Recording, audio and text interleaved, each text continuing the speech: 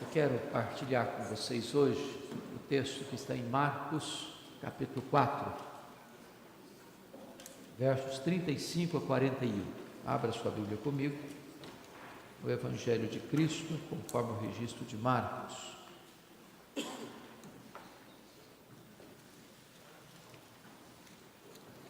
Marcos 4, 35 a 41.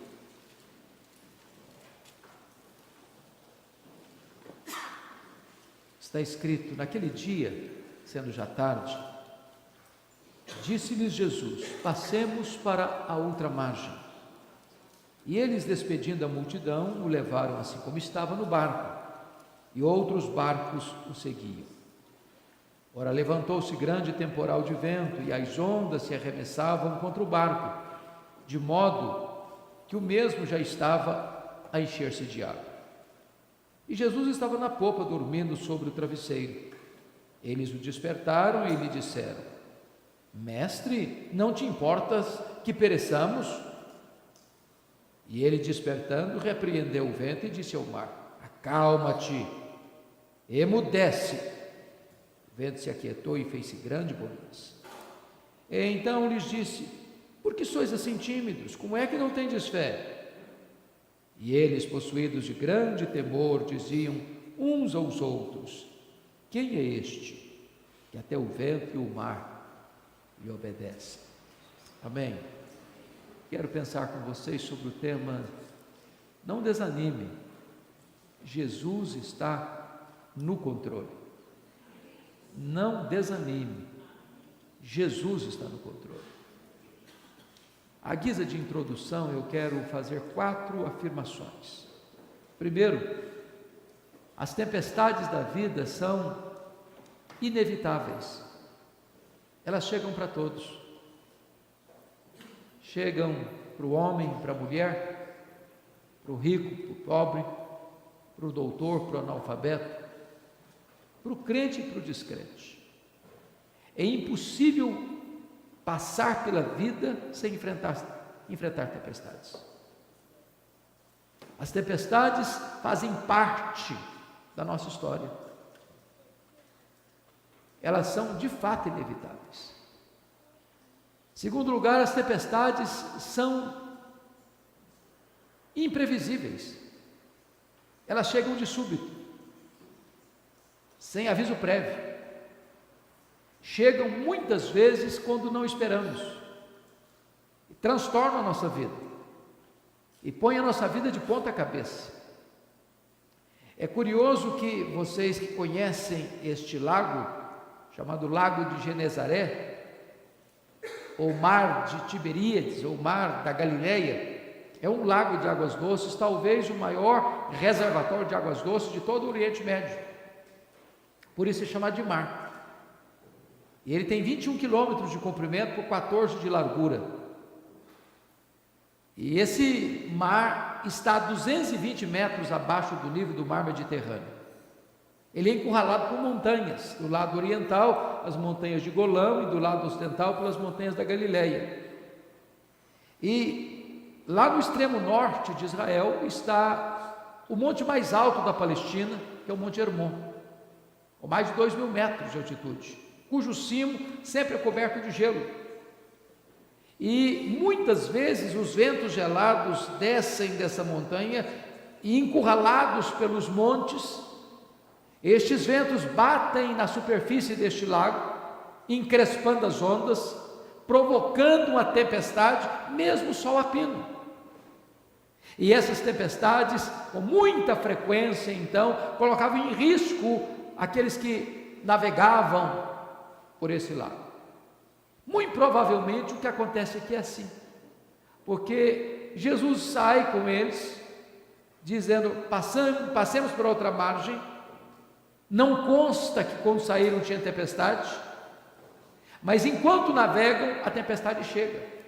É assim na vida. Você sai de manhã, está tudo bem, de repente um acidente.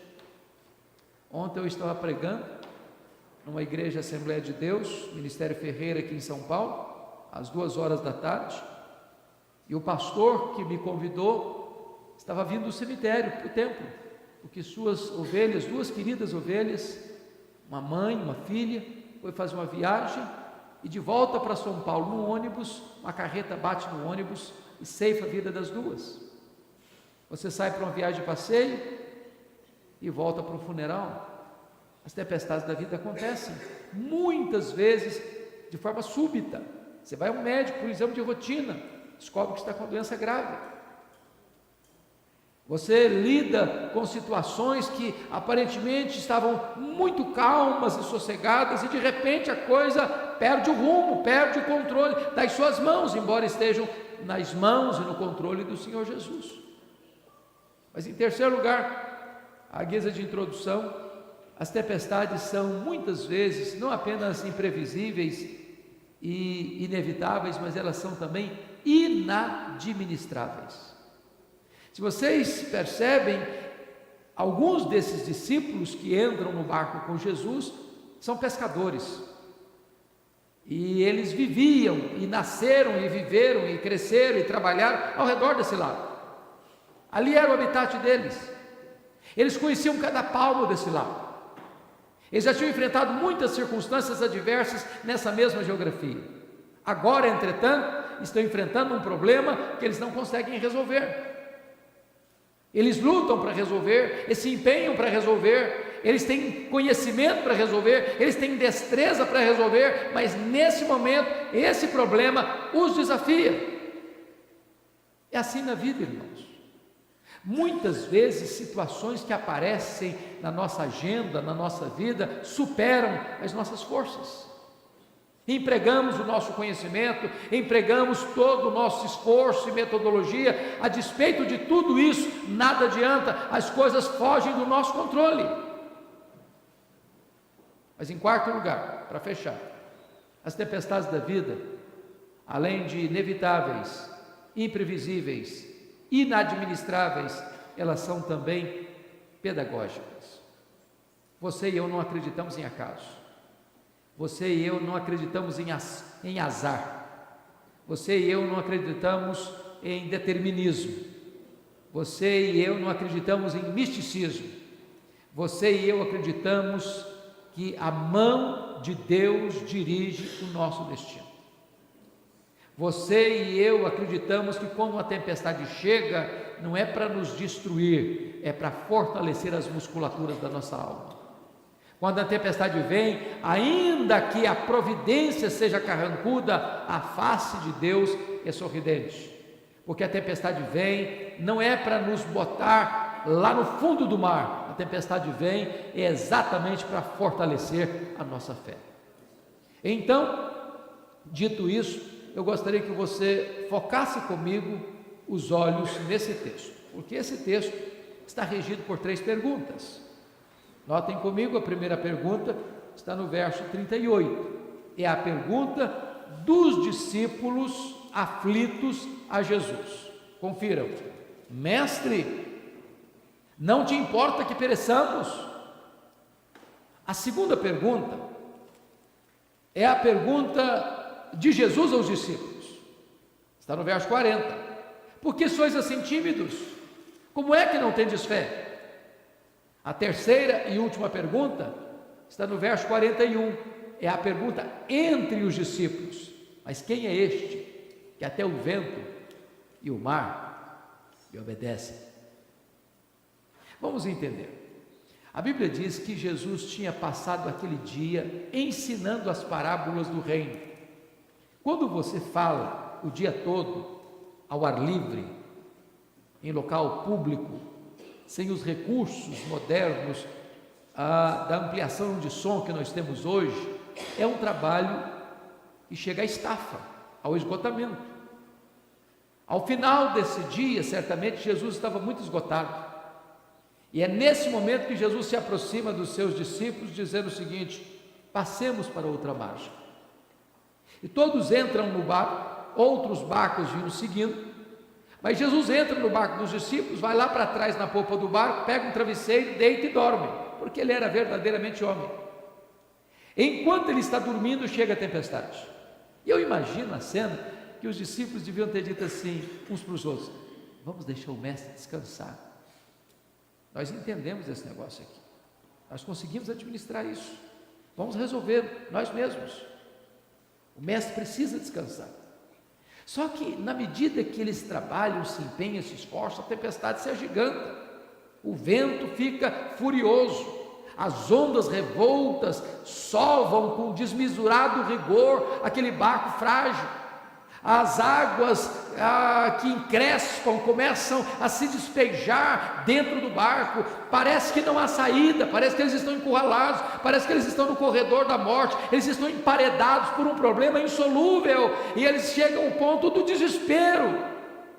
Quando parece que a tragédia é inevitável, então eles chegam para Jesus com esta pergunta em tom de censura: Mestre, não te importa que pereçamos?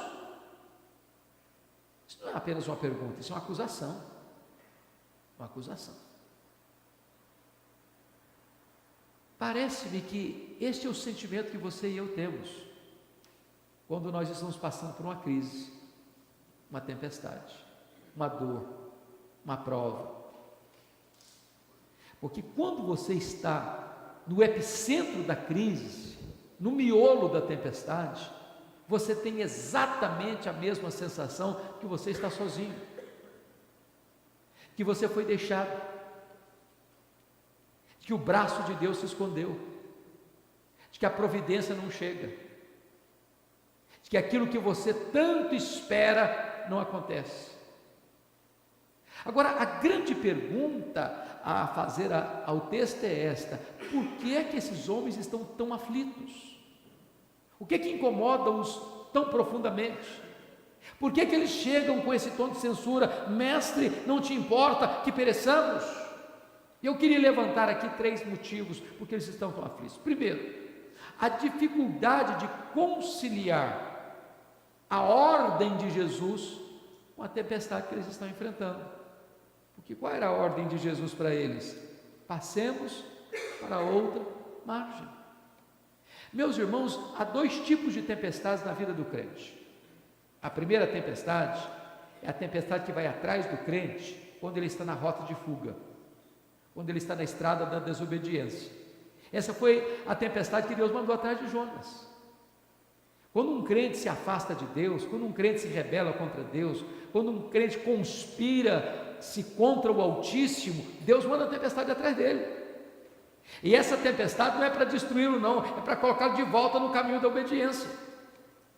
A segunda tempestade é exatamente a mais difícil, é quando você está andando com Deus, quando você está fazendo a vontade de Deus, quando você está no centro do propósito de Deus, quando você está obedecendo ao comando do Altíssimo, e você enfrenta uma tempestade assim mesmo.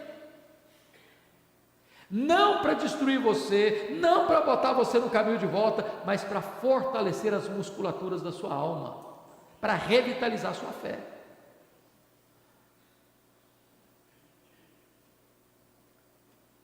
Todos nós temos essa sensação, queridos: se eu estou fazendo a vontade de Deus, vai dar tudo certo. Estou levando Deus a sério, estou levando uma vida de piedade, levo uma vida de santidade, eu leio e medito na palavra, eu tenho uma vida devocional abundante, eu procuro ser fiel a Deus, eu honro a Deus com a minha vida, com o meu testemunho. Então o que eu espero? Que a minha vida navegue em mares calmos e eu voe em céu do brigadeiro. Aí é a nossa crise. Como é que um crente fiel fica com câncer? Como é que um homem de Deus é mandado embora do trabalho, fica desempregado? Como é que um servo de Deus enfrenta perseguição? Mestre, não te importa que pereçamos? Mas a segunda crise deles, para estarem tão aflitos assim, era como é que eles podiam conciliar a urgente necessidade deles com a demora de Jesus. Meus irmãos, quem dorme não age, quem dorme não está trabalhando,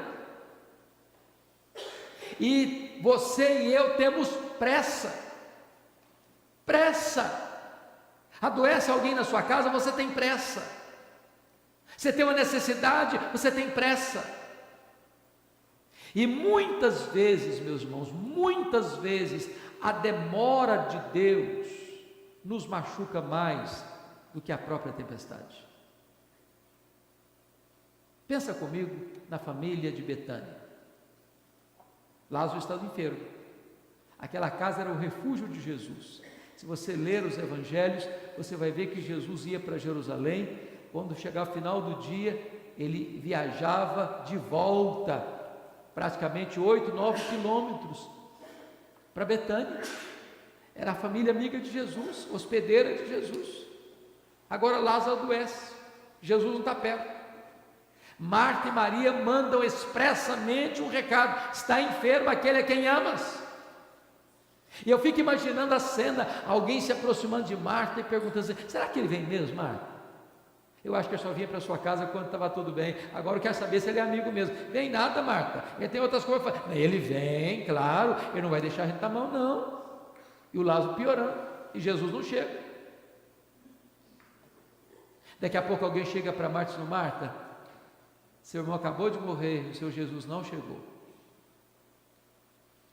Isso trouxe uma dor tão profunda no coração da Marta, que quando Jesus chega na aldeia, em vez dela falar shalom para ele, ela foi logo despejando a sua dor. Se tu estiveras aqui, meu irmão não teria morrido. Quantas vezes nós ainda lidamos com este drama e com esta dor da demora de Jesus? Mas deixa eu dizer uma coisa para você: quando Jesus parece demorar, Ele não está demorando, porque a agenda de Deus não é a nossa, o tempo de Deus não é o nosso, e quando Ele parece demorar, é porque Ele está preparando algo maior e melhor para a nossa vida, porque não há Deus como o nosso que trabalha para aqueles que nele esperam. Terceiro lugar, por que eles estão em crise? Mestre, não te importa que pereçamos? Era conciliar o desespero deles com o silêncio de Jesus. Se Jesus está dormindo, Ele não está nem agindo e nem falando. E sabe, irmãos, a sensação que eu tenho é que o silêncio de Deus grita mais alto nos nossos ouvidos do que o ruído mais barulhento das circunstâncias mais adversas. Leia o livro de Jó e você vai perceber essa lição.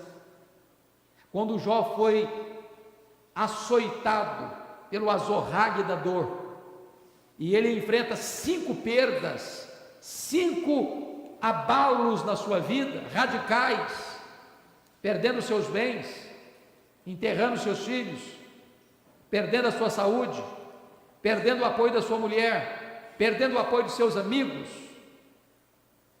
Ele faz 16 perguntas para Deus: por quê? Por quê? Por quê? Por quê? Ele ergue aos céus 34 queixas contra Deus, e a única resposta que Deus deu para ele foi um sonoro silêncio, total silêncio, nenhuma palavra, nenhuma resposta, nenhuma explicação. Quantas vezes nas jornadas da vida os céus ficam de bronze e o silêncio de Deus grita profundo nos ouvidos da nossa alma.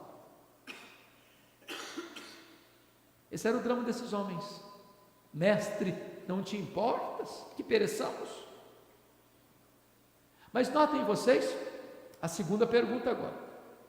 Diz a Bíblia que Jesus então se levantou, e está escrito, verso 39, e ele despertando, repreendeu o vento e disse ao mar: acalma-te, emudece. Parece que o mar e o vento eram feras furiosas, que o domador chega: acalma, calma, quieta. E o mar tem ouvidos, e o vento tem ouvidos, e precisam escutar a voz do Criador. Se sossega, calma. Sabe o que é curioso? é que no capítulo 6 deste mesmo evangelho, Jesus vai de novo atravessar esse mar. Outra tempestade. Só que agora Jesus não está com eles. Agora Jesus está no monte orando e eles estão no meio do mar. Novamente uma tempestade. Só que nessa segunda tempestade Jesus muda a metodologia. Nessa aqui que estamos considerando, primeiro Jesus acalma o mar e o vento, para depois acalmar os discípulos.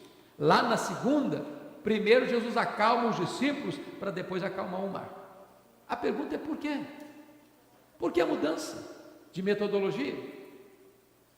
É porque Jesus é suficientemente onisciente e poderoso para saber quando a tempestade maior está fora de nós ou quando a tempestade maior está dentro de nós. Porque tem hora que a maior tempestade que você enfrenta não é a tempestade da circunstância, é a tempestade do sentimento.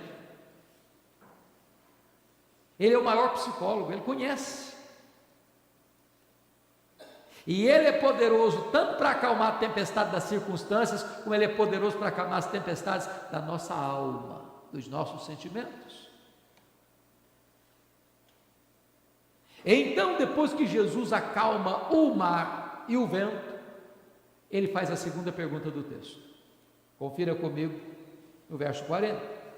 Então ele se dirige aos seus discípulos assim: por que sois assim tímidos? Como é que não tendes fé? Agora pense comigo uma coisa: se você e eu estivéssemos lá, seríamos melhores do que esses homens? Irmãos amados, eu fiz uma única viagem de um verdadeiro cruzeiro na vida.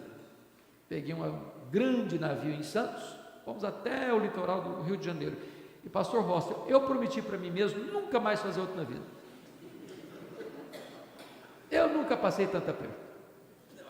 Ondas de mais de 5 metros, todo mundo com náuseas. Teve um dia que na saída a coisa foi tão terrível que eu pensei: meu Deus, ou eu durmo ou eu morro, porque eu não suporto uma viagem de 8 horas de náuseas constante. Agora imagine num barco frágil, imagine você, o mar revolto, sem recursos, a morte mostrando para eles a sua carranca. Você estaria com medo? Mas a palavra de Jesus para eles é muito forte. Por que vocês são assim, medrosos, tímidos? Como é que vocês não têm fé? Agora a grande pergunta é: por que eles deveriam ter fé e não medo? Para ajudar a vocês, dar-lhes-ei 4 motivos, usando um recurso mnemônico, todos começando com a letra P. Primeiro, eles deviam ter fé e não medo, primeiro por causa da promessa de Jesus: passemos para outra margem. Se Jesus diz passemos para outra margem, qual era o destino deles? A outra margem. Promessa de Jesus e realidade são a mesma coisa. O grande problema nosso é que nós duvidamos, porque nós achamos que a circunstância é maior que a promessa, que a tempestade anula a promessa. Mas a tempestade não pode desafiar o Criador do universo, aquele que fez a promessa. Se ele prometeu, ele é fiel para cumprir. Segundo motivo, por que deviam ter fé e não medo? Primeiro, por causa da promessa. Segundo, por causa da presença. Jesus estava dentro desse barco.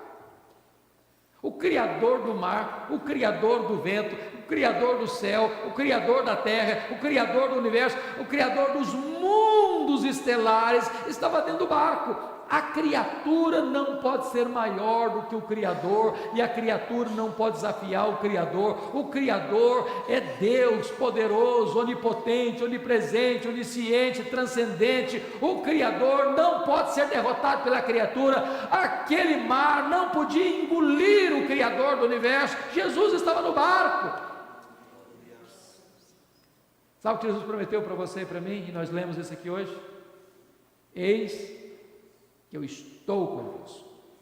Não está escrito eis que eu estarei convosco, não. Está escrito eis que eu estou convosco. todos os dias, até a consumação do século. Ele é maior do que qualquer crise, Ele é maior do que qualquer doença, Ele é maior do que qualquer luto, Ele é maior do que qualquer aflição, Ele é maior do que qualquer tempestade que venha desabar sobre a sua vida, e Ele está com você. Você não precisa ter medo, você pode ter fé. Terceiro, por que eles deviam ter fé e não medo? Primeiro, por causa da promessa. Segundo, por causa da presença. Terceiro, por causa da paz de Jesus. Eu pergunto a vocês, o que Jesus estava fazendo no barco? Dormindo. E eu pergunto a vocês, Jesus sabia que aquela tempestade viria? É óbvio que sim. E se sabia, por que dormiu? Porque tinha plena certeza de que tudo estava sob controle. Irmãos, paz não é ausência de tempestade. Paz é confiança plena na providência divina no meio da tempestade. É por isso que a paz de Deus excede todo o entendimento. Porque uma pessoa que não conhece esse Deus que você conhece, não pode entender isso. Como é que um crente canta no funeral? Não dá para entender, irmãos. Como é que um crente tempera suas lágrimas com um gozo inefável? Como é que um crente enfrenta uma enfermidade, machucado e ferido pela doença, mas cheio de esperança?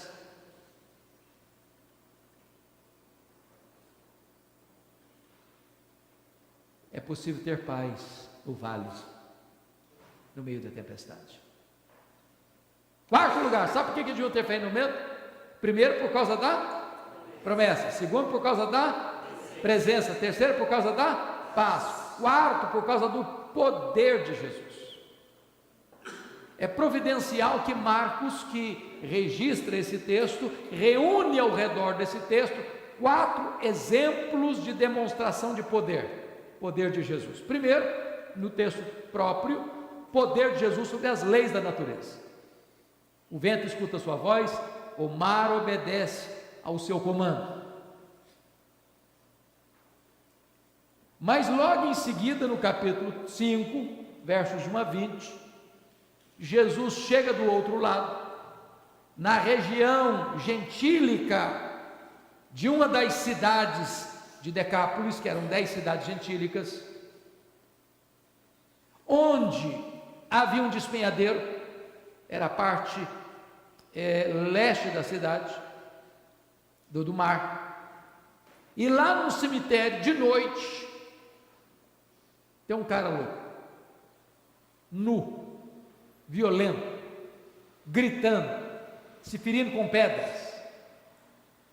Ô irmãos, a última coisa que você espera ver de noite no cemitério é alguma pessoa viva.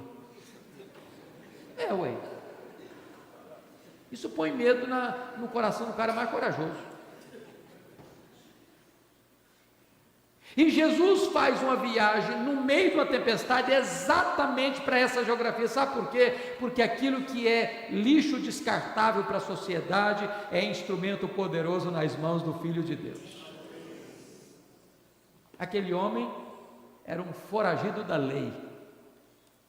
Tinha prisão, tinha algema que aguentava segurar aquele homem. Ele era preso e ia sair da prisão. Botava em segurança máxima e saía. Botava algema e quebrava.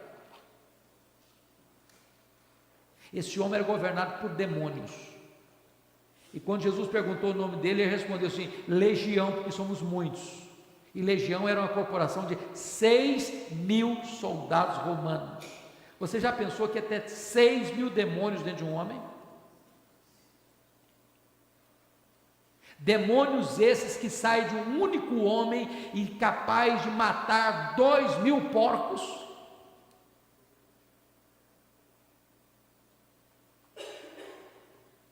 E diz a Bíblia que Jesus liberta esse homem, Jesus cura esse homem, Jesus salva esse homem. E esse homem agora está completamente lúcido, em são juízo, assentado aos pés de Jesus, tornando-se não apenas um discípulo de Jesus, mas agora um mensageiro de Jesus, porque Jesus vai para os teus e conta a eles quanto o Senhor fez por ti. Jesus tem poder sobre os demônios. Oh, irmãos, quantas pessoas perambulando pelas ruas de São Paulo perturbadas, podem ter certeza, muitas delas endemoniadas, mas nós cremos no Cristo que tem poder sobre os demônios, que pega alguém que você pensa assim, esse aí já chegou no fundo do poço, não tem mais esperança para ele, pois Deus pode restaurar, libertar, salvar, limpar, transformar e instrumentalizar uma pessoa dessa, para ser um evangelista, um missionário no meio do seu povo. Terceiro lugar, logo a partir do capítulo 20, versículo 20, você vai ver Jesus curando uma mulher, 12 anos, se esvaindo em sangue, anêmica,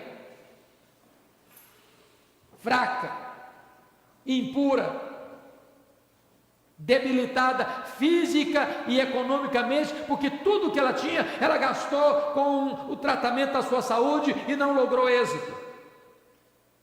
E ela pensou, diante de tanta coisa que ela tinha ouvido e visto, se eu apenas tocar na orla das suas vestes, eu ficarei curada do meu mal. E ela se esgueira no meio da multidão, porque ela não podia tocar em ninguém, porque quem ela tocasse era considerado impuro, e ela toca na orla das vestes de Jesus, e o seu mal é estancado, e a cura chega, e Jesus não só cura aquela mulher fisicamente, mas cura aquela mulher emocionalmente, cura aquela mulher espiritualmente, e chama de filha, e dá a ela perdão e vida eterna. Porque Jesus tem poder sobre a doença, sobre as enfermidades. A última palavra não é da ciência, a última palavra não é da medicina, a última palavra é do nosso glorioso Redentor. Mas em seguida, no capítulo 5 ainda, Jesus vai para a casa de Jairo, para ressuscitar a sua filha de 12 anos. E Jesus põe a mão na mão daquela menina e diz: Talita cumi, menina, eu te ordeno, levanta-te. E a morte precisa escutar a voz dele e devolver aquela menina. E ela ressuscita. Ele tem poder sobre a natureza, ele tem poder sobre os demônios, ele tem poder sobre a enfermidade, ele tem poder sobre a morte. Ele tem todo o poder, ele tem toda a autoridade nos céus e na terra. É este Cristo vitorioso que nós servimos. Por isso, a exortação de Jesus é oportuna e pertinente. Por que vocês são assim tímidos? Por que vocês não têm fé? Nós devemos ter fé e não medo, por causa da promessa, da presença, da paz e do poder de Jesus. Mas agora, irmãos, a última pergunta do verso 41. Eu fico imaginando a cena. Porque quando o mar está muito agitado e de repente acalma o vendaval, eu imagino esse barco balançando como uma gangorra. Os discípulos estão todos molhados porque o barco estava se enchendo de água, aquelas golfadas de água em cima deles. Eu imagino esses homens assim, com os olhares assim estupefatos, com o semblante assim muito admirado, e agora o texto diz que eles estão possuídos de grande temor, mas agora não é o temor de medo, agora é o temor de reverência, agora é o temor de admiração, agora é o temor de encanto. Meu Deus, o meu Senhor, Ele acalmou o mar, Ele acalmou o vento, Ele trouxe bonança para nós, quão grande Ele é. E então eles não podem se conter e perguntam uns para os outros: mas quem é este? Quem é este que até o vento e o mar lhe obedecem? Que pergunta! E nós poderíamos responder esta pergunta: este é aquele que nos refolhos da eternidade antes da criação do mundo, junto com o Pai e com o Espírito Santo, planejou todas as coisas. Todas as coisas. Este é aquele que com o Pai e com o Espírito Santo estava lá no conselho da Trindade, escolhendo você por amor, para que você fosse dele, eternamente dele. Este é aquele que no princípio criou os céus e a terra, porque todas as coisas foram feitas por intermédio dele, e sem ele nada do que foi feito se fez. Este é aquele que sustenta toda a obra da criação com a sua mão onipotente e poderosa. Este é aquele que foi anunciado lá no Éden: da semente da mulher nascerá aquele que esmagará a cabeça da serpente. Este é aquele de quem os patriarcas falaram, para quem os profetas apontaram. Este é aquele que foi simbolizado pelo Cordeiro da Páscoa. Este é aquele que foi simbolizado pelo tabernáculo ambulante de Israel. Este é aquele que foi simbolizado pela Arca da Aliança. Este é aquele que foi representado por aquilo que estava lá dentro da arca: o vaso com maná, as tábuas da lei, a vara de Arão que floresceu. Este é aquele que foi simbolizado pelos sacrifícios lá no templo. Este é aquele que era representado pelas festas de Israel. Este é aquele cujo sábado era apenas uma sombra dele. Este é aquele que na plenitude dos tempos nasceu de mulher, nasceu sob a lei para ser o nosso Redentor.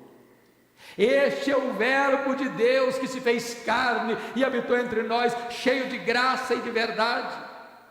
Este é aquele que foi concebido por obra do Espírito Santo no ventre da Virgem Maria e nasceu para ser o Salvador do mundo. Este é aquele que vestiu pele humana, calçou as sandálias da humildade, pisou o nosso chão, bebeu a nossa água, sentiu a nossa dor, chorou as nossas lágrimas e carregou sobre si os nossos pecados. Este é aquele que levantou os coxos, que fez os cegos verem, que fez os surdos ouvirem, que fez os mudos falarem, que libertou os endemoniados, que purificou os leprosos, que ressuscitou os mortos. Quem é este? Este é aquele que por amor de nós não levou em conta a ignomínia da cruz, mas por todos nós se entregou, sofrendo o golpe da lei em nosso lugar, satisfazendo a plena justiça de Deus em nosso lugar, bebendo gota a gota aquele cálice amargo que deveria cair sobre nós. Este é aquele que foi preso no Getsêmani, que foi cuspido no sinédrio judaico, que foi esbordoado e espancado no pretório romano. Este é aquele que carregou aquele leio maldito pelas ruas apinhadas de Jerusalém, sobre os apupos e vaias de uma multidão ensandecida. Este é aquele que foi pregado naquele leito vertical da morte, e ali verteu o seu sangue e derramou a sua alma na morte e morreu pelos nossos pecados, segundo as Escrituras. Este é aquele que foi sepultado. Este é aquele que quebrou a espinha dorsal da morte e matou a morte e venceu a morte e arrancou o aguilhão da morte e prevaleceu sobre a morte. Este é aquele que voltou para o céu em glória, que está à destra de Deus intercedendo por nós. Este é aquele que está sentado no trono e governa os céus e a terra e dirige os destinos das nações. Quem é este? Este é aquele que há de voltar, pessoalmente, fisicamente, visivelmente, audivelmente, repentinamente, inesperadamente, inescapavelmente, gloriosamente, vitoriosamente, para julgar vivos e mortos. Este é aquele que será o centro do céu e da eternidade, o deleite da nossa alma, a razão da nossa vida, o nosso bendito e glorioso Redentor. Quem é este? Este é a razão de estarmos aqui nesta noite. A Ele a honra, a Ele a glória, a Ele o louvor, agora e pelos séculos eternos. Amém.